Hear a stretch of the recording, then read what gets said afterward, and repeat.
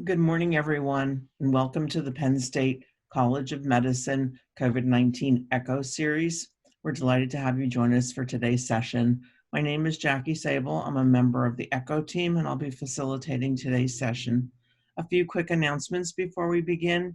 If you've not already done so, please put your name, email address, and affiliation in the chat box for our record-keeping purposes. Please stay muted unless you're speaking. You can use *6 on your phone to mute and unmute, or the microphone icon on the bottom left-hand corner of your Zoom screen. You can also use the chat for communicating during the session. We realize that question and answer time is important to you, and we try to categorize and address as many questions as possible during the session, but we always follow up with any unanswered questions afterwards. If you have suggestions for future COVID-19 Echo topics, please share via the chat tool, or you can email us at echo@psu.edu. We are recording these sessions, and we share all materials and recordings after the session. Please remember that if we're discussing cases, no personally identifiable information or PHI is allowed. In the spirit of all teach, all learn, we'll be on a first name basis during the session. Today's session will include a brief lecture focusing on grief during COVID-19 by Chaplain Kelsey and Reverend David Simmons, followed by discussion and question and answer. During the lecture, please feel free to put your questions into the chat. We have a team of specialists from Penn State who will be online and help to field questions. But remember, this is all teach, all learn, so everyone can share both questions and answers. And with that, I'm going to turn things over to Kelsey and David. All right, good morning. I'm going to try to figure out this slide thing. First, we have no disclosures. So our topic today is grief, which is clearly a very fun topic for most people. Dave and I have both been getting a lot of questions from various providers and various facilities about how to deal with distress amongst staff within their own lives. Now that we're in this age of COVID and we're not really sure what to do. So while the resources are very important, and I'll actually add a document after we present of resources, this conversation isn't really a how-to for others.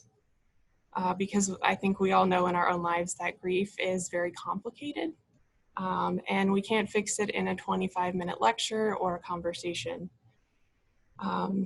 So the question that I want to start with is one that's on the screen: is whose grief are we talking about? When we talk about distress and grief, especially in these days, whose grief is it anyway?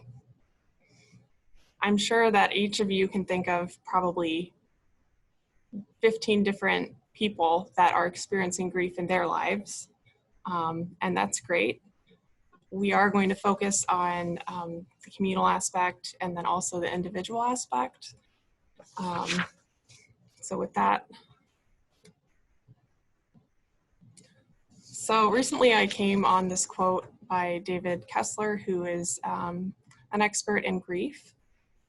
Right now, our world as we know it has died. What we're learning through the past couple of months is that our world is being transformed in ways that we do not really have control over. The aspects of COVID are beginning to show themselves as very prolonged. So often when we talk about grief, we talk about an event, the grief or death, the death of a loved one, an event that happened in your life that you're thinking back to and grieving. And while this is in some way an event, the way that I like to think about it is this is a season. It's more prolonged. It's a little bit more blurred. And this is also not something that we can detach ourselves as caregivers. Often those of us who work in the medical setting, we see grief a lot. I know as a chaplain, that's my job. I go in and I speak with people who are in some of the darkest, hardest moments of their lives. And it's easy to, in some ways, detach a little bit because that's not my grief. I can have empathy and I can be with these people, but it's not mine.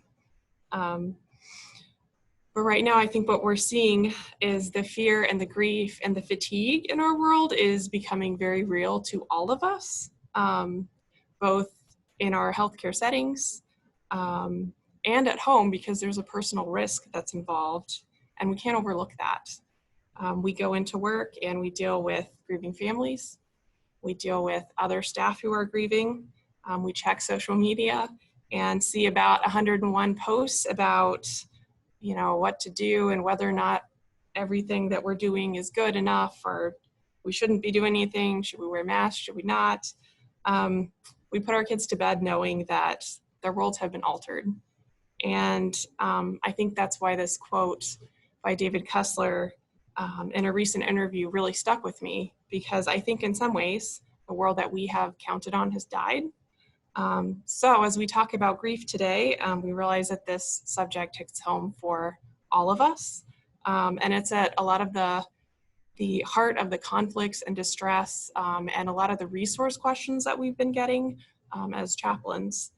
And so I think throughout this presentation, both David and I, our goal is to talk a little bit about creativity in grief and how we recognize grief in those that we care for and in ourselves, because it's very important to have that self-awareness.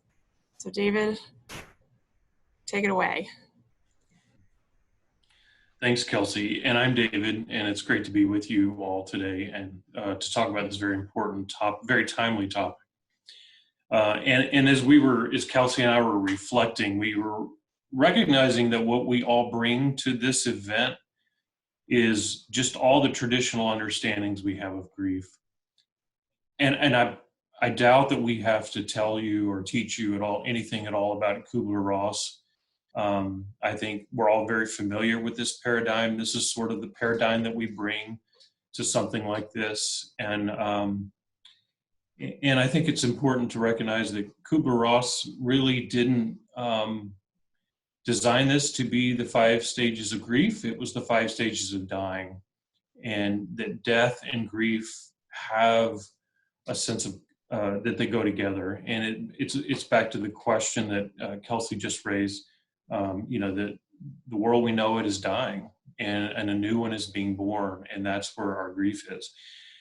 But we bring these traditional understandings of grief to this, and there's part of this that really doesn't match to what we're up against. When we think of a grief concern, we usually think of it as a grief event. There was a moment, there was a loss, there was a tragedy, there was a death, there was a job loss, and there's this grief event that one or a few people are experiencing, and the rest of us are sort of outside that circle of grief. And so we as professionals, we come in as outsiders, and we bring our awareness of grief. We're not in the middle of the grief, they are in the middle of the grief. And so we bring our expertise to this grief event, and therefore we hold a session, and we help them to talk about it. And, so we have this sort of clinical view of grief, and that makes sense for these grief events that hit. But what we're experiencing now is, Kelsey has said, is not a grief event, but a season of grief, a season of loss that is not simple. And Kelsey, your next slide, I think, kind of shows more what we're really dealing with. And it's all over the map. It's the one you have there. Is that it's kind of, it's just messy. That everything we're dealing with is complicated, and it's complex grief. And your grief is different than mine. The things I'm grieving are different than yours. There are different degrees to our loss. And yet we're all in this together. There's no professional outsiders stepping into the grief. We're all grieving. And so it makes this very traditional paradigm very, very different. Kelsey, I'll let you say more about that. We'll see if I can just go forward 1 slide instead of 7.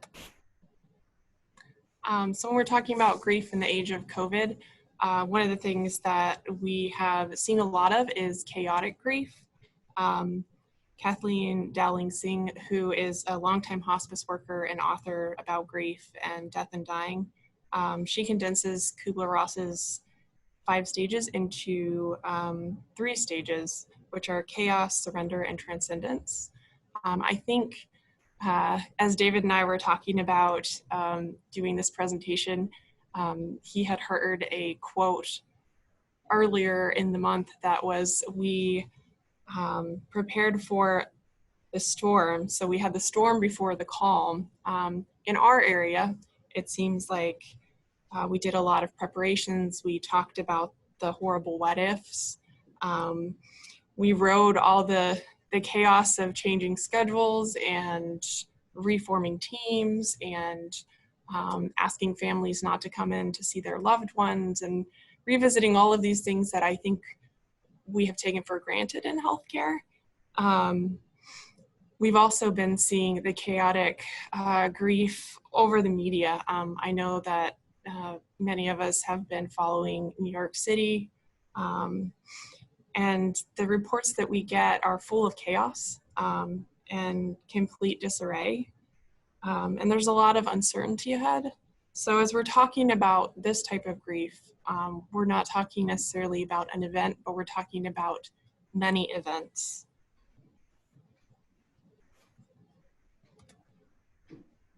So as we talk about many events, we talk about cumulative grief, which I like to think of as one little grief snowballed onto another, onto another, onto another. All of these articles that I copied and pasted into this slide came up on my Facebook feed within about 24 hours. And I thought it was such a good visual of things that we are all dealing with. There's the grief of death, families that are dealing with the potential of never seeing their loved ones again. There is the grief of children who are not graduating. There's the grief of birthday parties postponed and anniversary trips canceled. And while I think often what we do is we try to kind of scale grief. So we think about death as kind of the worst grief that you could have. The way that I have been thinking about it recently has been each of us have our own griefs, whether they're little or big. In the world's eyes, they're still our own, and those need to be taken seriously. I've talked with a lot of frontline caregivers over the last couple weeks, and I think the comment that I often get is, oh, well, I feel kind of guilty for being frustrated that my son doesn't get to walk for his graduation. That feels selfish. And something that I think we can do as providers and caregivers for our fellow staff is remember that no grief is too small, and no grief is too big to have conversations and be vulnerable about, because we're all feeling it. David, I'm gonna give it back to you. Yeah, so as Kelsey was talking about, Kathleen seeing, chaos and surrender, and really those are the 2 tension points. I've always appreciated the way she describes really that there's not the 5 stages of grief. There's really just 2. You can take bargaining and anger and depression and denial, and you can reduce them down to one thing, and that is resistance versus acceptance. And really all grief is whether you're fighting against that which is occurring or whether you're accepting that which is occurring. And in the chaos surrender language, when you're fighting against disease, for example, and you're in that fight state, it's a sense of chaos.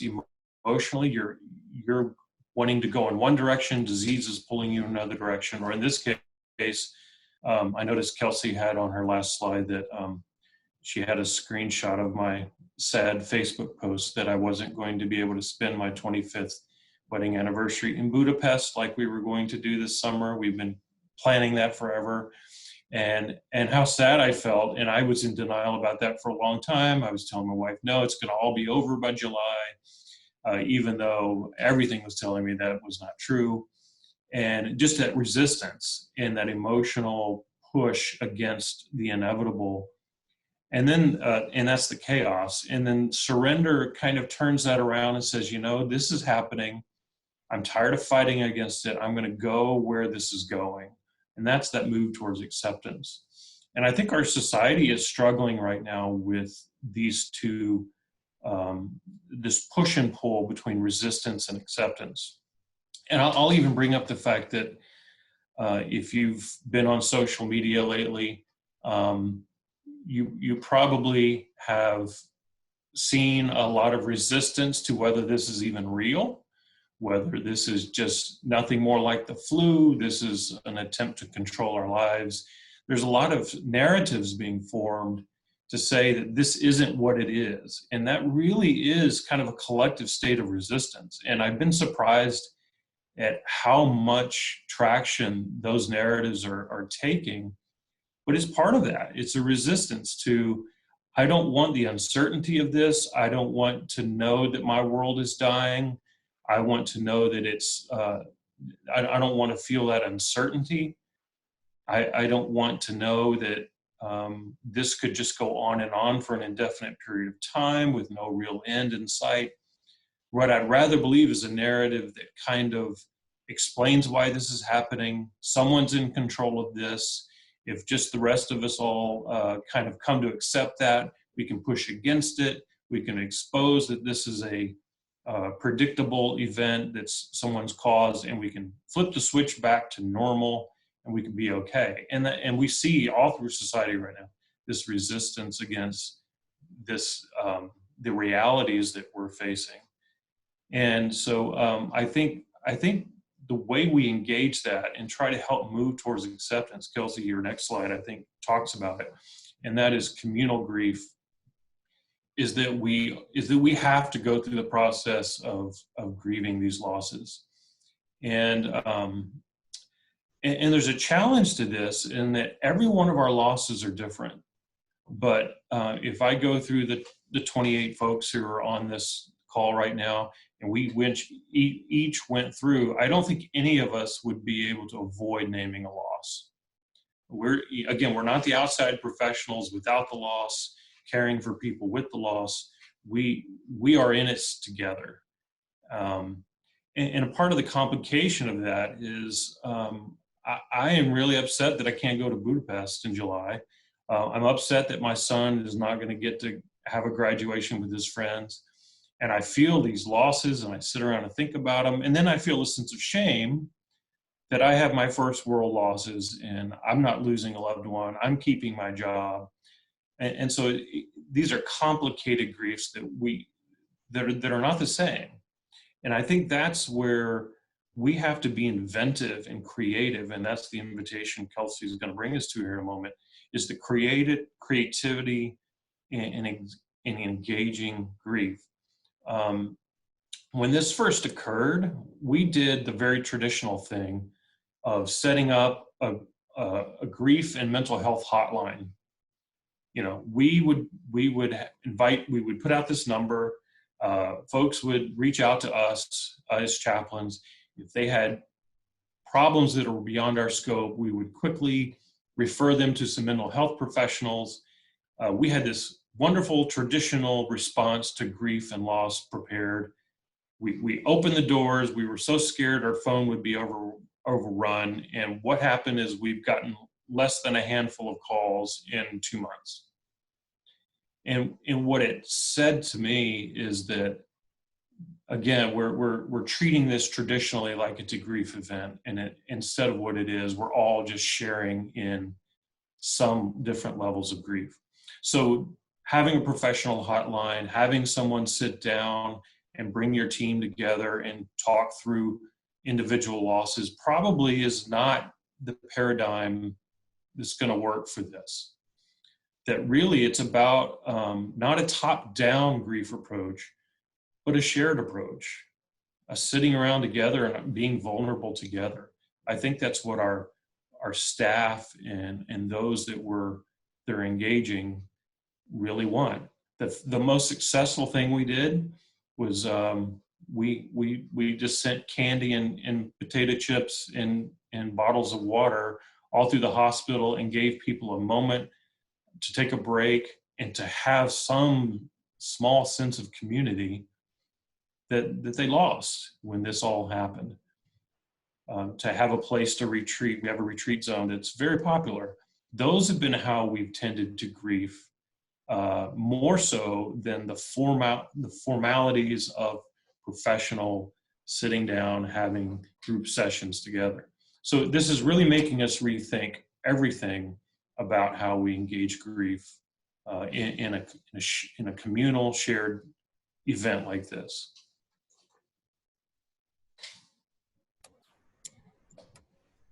So I think that as we close our presentation part of this, one of the things that Dave and I talked a lot about is what's the invitation and the messiness of grief. As chaplains, we walk people through this every day. And I think one of the things that I've thought a lot about is the ability to have empathy because we're all grieving something. And that sounds simple, but I think that's a very profound reality that's happening right now. We're having to access parts of ourselves as healthcare providers that we might not be as comfortable with. Another thing that David just talked about is finding a new sense of connectedness. I think our world is trying to figure out how to stay connected in positive ways.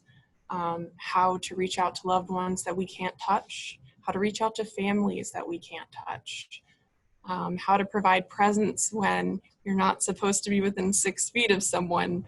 All of these new realities are things that give us the opportunity to be very creative with how we deal with the messiness of grief. We've seen a lot of advances in telehealth recently. We're redefining and reinventing lots of different ways of reaching our patients and families. I'm looking forward to seeing what we do this summer in the future as we adjust to this new reality. But as I close this section of our presentation, I want to go back to a poem that I have probably read to my palliative care team about, I don't know, 6 or 7 times over the last year. And it's about grief, and it's about the opportunity that grief can give us. So I give this to you as a reflection and a meditation. It's called Lead by Mary Oliver. Here is a story to break your heart. Are you willing? This winter, the loons came to our harbor and died one by one of nothing we could see. A friend told me of one on the shore that lifted its head and opened the elegant beak and cried out in the long, sweet savoring of its life, which, if you have heard it, you know is a sacred thing. And for which, if you have not heard it, you had better hurry to where they still sing. And believe me, tell no one just where that is. The next morning, this loon, speckled and iridescent with a plan to fly home to some hidden lake, was dead on the shore. I tell you this to break your heart, by which I mean only that it break open and never close again to the rest of the world.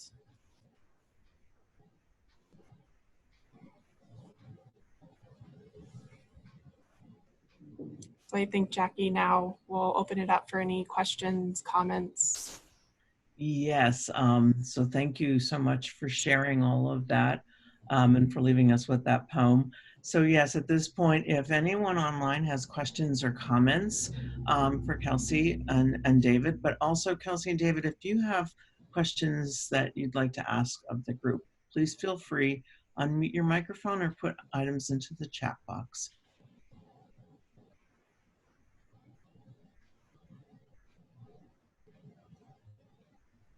Well, if you're inviting us to ask you all questions, I would like to ask that question: whose grief is it anyway?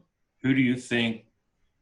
Whose grief are we grieving? What grief are you seeing where you are? Because I think that was our biggest challenge, is just try to wrap our head around what grief are we talking about.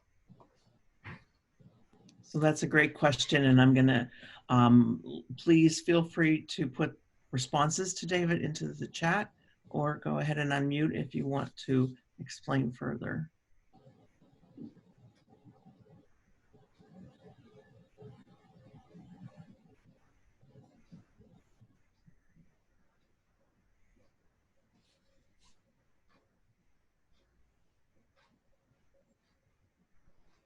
I'll start. It's not my grief, it's my children's grief. I'm grieving for my children and what they're losing, and my grandchildren and what they're losing. And it's selfish, but that's my grief. Mm-hmm. Hi, this is Ellie from Project Echo. So I would echo that. I think a lot of the grief, I'm not a provider, but a lot of the grief that I'm seeing, I have a friend in Michigan who has a very close friend who lost somebody during this month, and she's not able to get to her, and they're pretty far apart, and she's, her friend has really kind of separated herself from everyone. She's admitted that she's depressed, but I think there's grief for others grieving. And so, we feel kind of helpless, and that creates its own grief as well, which is really complicated. Hi, I'm Janet from the Highmark Caring Place. I'm really happy to be part of this call. I just love the way that you all have presented this conversation and framed it in sort of the larger way of thinking about the season of loss and the collective nature of this grief. And I think there's so much emphasis in professional training about boundaries, and I think boundaries are really important, but I also think this is really an invitation to bring a more authentic part of who we are into interactions with people, and sort of, I don't know, I just love that part of it. I'm still digesting it, so I don't really have like very formed thoughts about it, but I just really wanted to say thank you for opening up that layer of the conversation. I think it's really important, and I think that in the midst of all the chaos and all the uncertainty, that there are some really beautiful invitations, and I love that you've tapped into those. So thank you so much. Thank you for sharing that, Janet. So there's a question, is grief only derived from loss? I think it depends on how you define loss. I recently was talking with someone who has had a lot of transitions in their life, and they're saying, I don't know why I keep feeling this sense of angst. And I eventually ended up saying, I think you're grieving. They've been good transitions, but with every change comes a loss of something. That doesn't mean a loss has to be bad.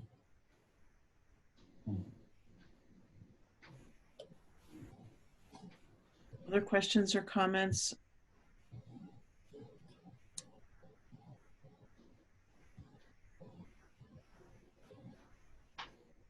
So there is a comment, a question in the chat, and I'm going to try to do this justice. How can we set up rooms like criminals, in addition to FaceTime? Contact suspects have the way contact, but have two-way mirrors, so infected and family can see each other. So I think what we're trying to say is, how can we enable people to see each other more? Is that correct, Bill?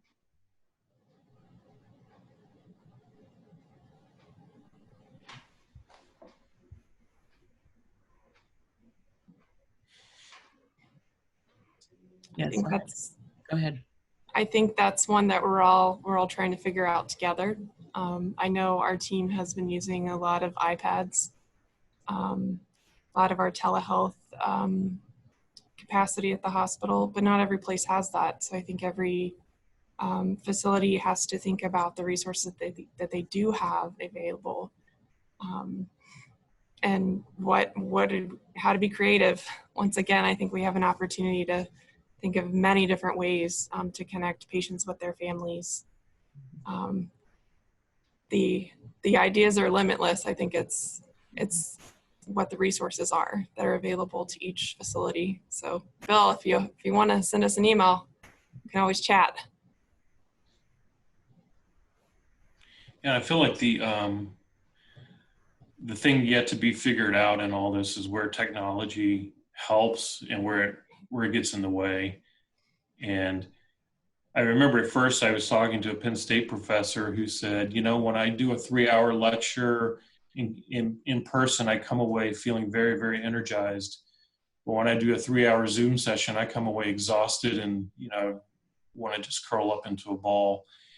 And, you know, it's difficult to figure out how this technology is helping and hurting. You know, we're human beings. We need the social connections and interactions, and I think that's the one thing we're grieving is that we just can't do it. And this is the best we got. We can all hate Zoom and hate having to interact this way, but it's what we got. And I also found too that her experience resonated with me in the beginning, but I also realized that I think what was exhausting me was the work, not necessarily the method of communication. Now I feel a greater sense of connectedness through Zoom, but I think it's because I've worked through some of my own, you know, challenges with what I was losing. Maybe that's moving towards acceptance, but I think we all have to wrestle with where technology helps and where it gets in the way. And some people predict we'll be doing Zoom meetings the rest of our life. And some days I want to predict that we'll never use Zoom again. And we'll hug each other every day, every time we start a meeting, you know, group hugs, because we just miss and long for this kind of connectivity. And that's a big part of what we're losing. So we have a very active chat going on right now. And I'm going to encourage anybody as I read through yours, if you want to unmute your microphone and add to what I read, please do so. So Matt is sharing a strategy that's being used. Some healthcare systems have been utilizing Wi-Fi enabled baby monitors, which at least allow for two-way communication and one way of viewing someone. So thanks for sharing that. That's a really good strategy. So Bill, there you can add that one to your list. And then some of the grieves that are being seen in the community in Erie, school kids missing their friends, not having to see them. Some of them are grieving because they missed prom, they missed graduation, and you know, even not being able to celebrate Mother's Day as we usually would. So do you have anything to add to that before I move on to the next one? Okay, thank you. Let's see, the tough part right now with communal group is dealing with anger in the communities that we're a part of. Social media communities, for example, are revealing friends who are lashing out politically, which is decreasing feelings of connectedness that existed before. I think that's a really great point. I'm gonna let that sit there for a bit and see if anyone has anything to add or comment on that one. Well, I think that's part of what we're grieving is that if you go back to 9/11 or other events, we immediately rallied together. I thought that would happen with this, and it really hasn't. And I think, you know, we're seeing that division, and I think that's, I don't know if that's the nature of a pandemic or if it's nature of our culture over the last few years, kind of, you know, being applied to this pandemic.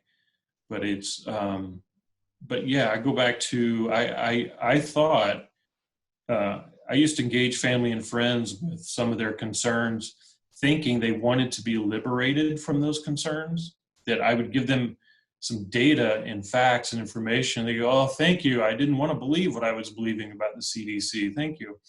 And then I found out, no, it's not that they didn't want to believe it. They in some ways needed to believe it. It goes back to what I said about the resistance. I need a narrative that makes sense.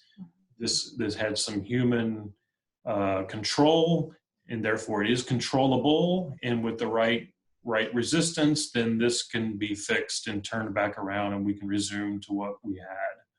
And I think I realized those weren't very helpful conversations like I thought they would be.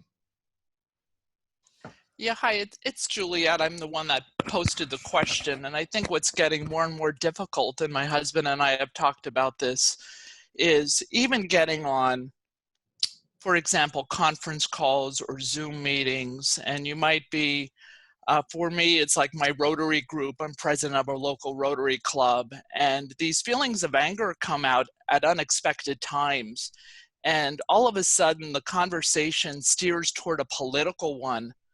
And it's hard to know how to deal with that. There are times where my anger is elevated because I now have a mother in a nursing home that is COVID positive. And so I have a heightened sense of sensitivity, and I'm not sure how to deal with this. I'm starting to tell people off, but I know that's not the right way to go.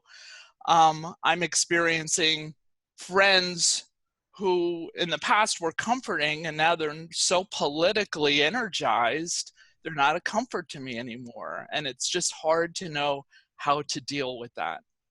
Can I say one thing in response? Oh, Kelsey, were you going to say something? I'm sorry. No, go ahead, Janet. Just really quick. I love the way that you guys framed the resistance versus acceptance or surrender, because I think that it's a really helpful way to not get caught on the content of what people are saying, but to stay with what's motivating it. And I think that underneath resistance is fear. And so if you can go to that place or just acknowledge, like without condoning or accepting or in any way like supporting the content of what someone is saying, but just going with the like, yeah, it's really scary for everyone to have so much uncertainty. I can see, like, I don't know, it's really hard to find the exact words in the moment, especially when your own feelings are getting stirred up and evoked. But I just think, like, to your point, David, about like, I've had the same kinds of conversations thinking that people really wanted to like engage about the topic. And it really isn't that. It's just about how people have different ways of managing fear. And so maybe giving people like a different way of managing fear, or at least acknowledging the fear so that it doesn't have to come out in those ways, I guess is what I was thinking.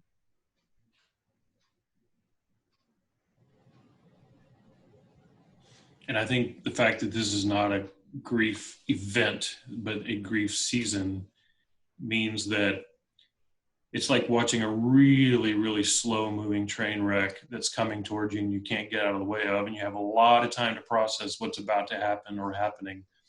And I don't know of another event in my lifetime where we've seen something unfold so slowly and we've had so much time to think it through or come up with narratives, or, you know, usually things happen instantly and suddenly, and then we're on the other side of that, and we're processing backwards and we're moving towards the meaning making. But, you know, it's like we've landed in the middle of a grief event that we can't get out of. And it's very different. I think there's also a bit of grief in the surrender as well. I think, you know, I've been reflecting on this the last couple of days and kind of echoing Juliet's concerns. And that's, you know, when we all do get out of this, what does that look like? And I'm questioning, do I really want to see these people right now? So I think there's grief in that too. You know, I think it's just kind of reshaped relationships and reshaped how we're viewing, you know, some of the people that meant the most to us or mean the most to us. It's just kind of grieving that what was will never be again, and accepting what it might be when all this is over. And Ellie, there's a comment from Kath Hall. I think that goes along with what you're saying. She thinks that grief is selfish, most times because of it being personal. I myself am grieving the loss of the world I have adapted to, a world that I have known it is to be difficult, but change is not always easy. And I think that's what you were saying, Ellie, about change.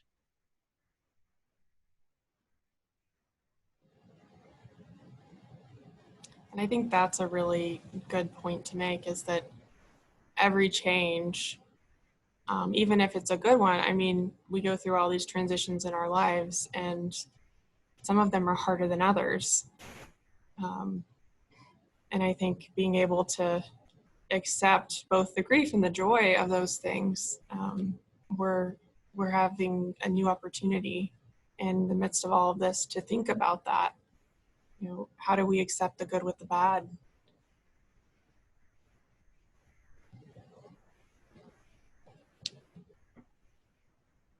And there are a few comments from Cindy Lou regarding, the physical, the human touch. It's so important to life. And, right now we're living without that. And, it makes our communication very different. And, we just, not even a pat on the back or a high five, no physical contact is hard to deal with.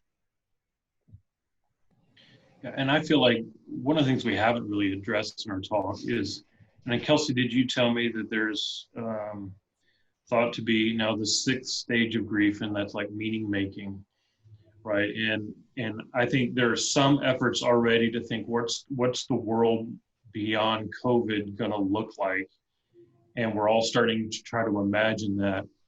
So I think it's probably too soon to really have that as a solid conversation, but I could see us in 6 months with a clearer picture of kind of what that looks like. But I'm hoping we'll reach that point of grief, that stage where we can start to make meaning of this and find what is good from it. I mean, there are certain news anchors, and I point to my kids and say, hey, that's from the O.J. Simpson trial. That's what made them famous.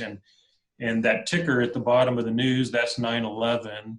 And, and now every time I go to Starbucks and see this plexiglass hanging, I think rationally that's a really good thing, but I'm angry at it because it better not be there 5 years from now. And we have to tell my kids why, oh, that was from 2020 when we had a pandemic and that changed the world forever. Because I don't want us to reach a point where we become so fearful of the human touch that we no longer shake hands, we no longer hug. And I think we forget the fact that, our bodies are made to build antibodies and to be able to resist disease so that we can come back as a community and be together in a crowded theater and feel safe. But it's interesting how that's hard to imagine right now. It's hard to imagine being in the football stadium at Penn State with 100,000 people crammed together.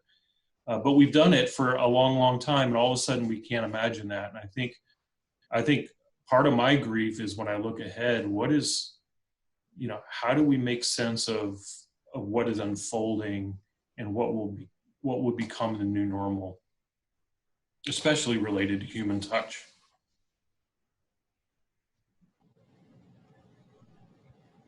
So I think what I heard you say is that you'll be coming back in 6 months and we're going to be doing another session. Yeah, we can process this together. So there's another comment in here. This week being Prevention Week for mental health, drug and alcohol, tobacco control, etc. These folks must be grieving in different ways. What recommendations does the group have to engage these folks during these tough times?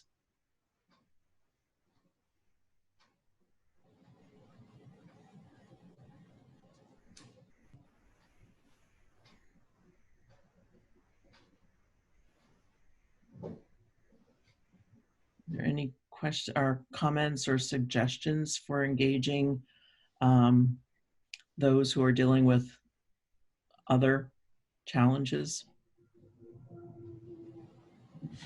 Well, I can mention that I received an email this week from one of our chaplains who encountered someone whose mental health you would describe as very normal. And then for the last few months, being alone, single, in their house, They've started to have a lot of physical symptoms, which has led to all kinds of mental concerns, and it was very troubling to hear the story of what just being alone by themselves for so long had led to. But they came to the ED, and I think, I think when I felt some joy in the fact that this person reached out for help and were able to provide that help. And I always felt like the problem with this COVID is, because I was put in charge of staff morale for our hospital, and it's, you always aim your stuff at the shiny light right in front of you, at the people right in front of you.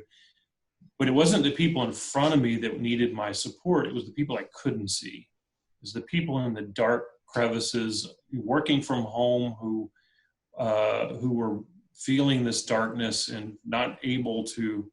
I think that's going to be the challenge of all this coming out of it, is not just how do we help the people right in front of us, but who is it that we're not seeing?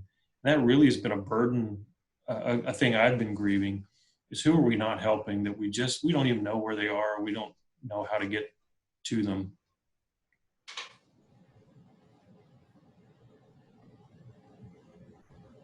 Any other comments around that? And thank you for sharing that, David.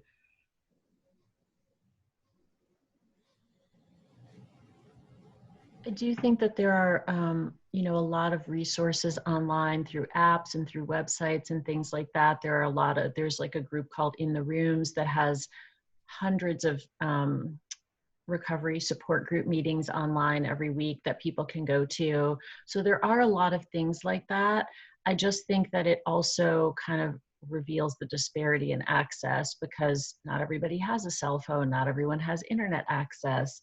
So even though there are those things available, there are still people who are not going to even be able to be reached by those things. But just in terms of,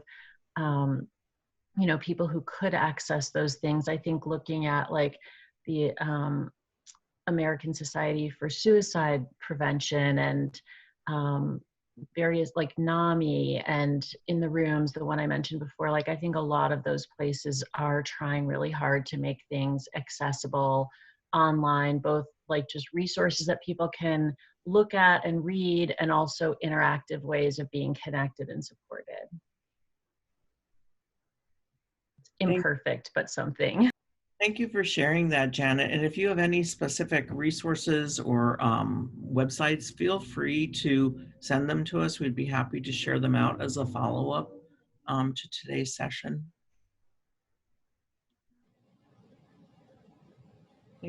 Any other questions or comments?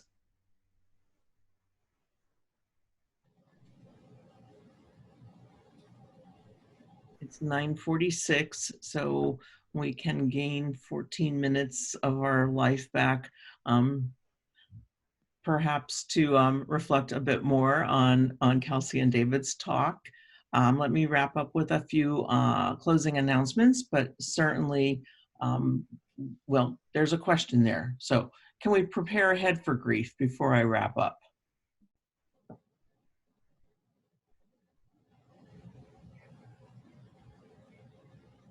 That's a really good question. I think it's important to know grief when you see it. And again, it goes back to the conversation of me fighting on Facebook with my friends about their misinformation. It started out as these people, this contentious exchange, and to then finally realize this is grief, and I think maybe that's how we prepare, is to know it when we see it, because we can't respond to it until we can name it. I also think, Kelsey, that poem you shared, that Mary Oliver poem, just about allowing your heart to be broken open and knowing that like there just is that element of grief and we're all having it. And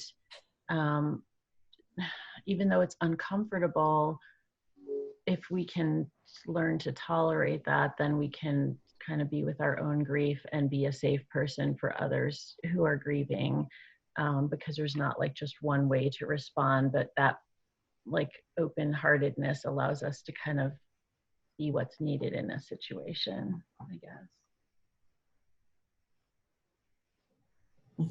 Thank you for sharing sharing the resources and for everybody's participation today. I want to give a few quick announcements. If there are any last questions afterwards, we'll address them. But please remember that you're able to collect CMEs for participating today. A survey is sent following the session. You can use the same survey link for any session that you attend. As mentioned earlier, we'll be sharing all materials. I would also encourage you to watch for our future sessions. Upcoming this week, we have a session that will be in Nepalese on protecting one's family during COVID-19. That's on Wednesday at 2. And then we also have a session on breastfeeding during COVID-19 on Friday at 2 o'clock. So thank you all. I see that there are just a few last comments. Military ramping up for PTSD, and now we have to do that. Kathy's saying nursing home information, contact the ombudsman for your area. You may have to contact Harrisburg. So thank you all for your participation. Stay safe, and we hope to see you again.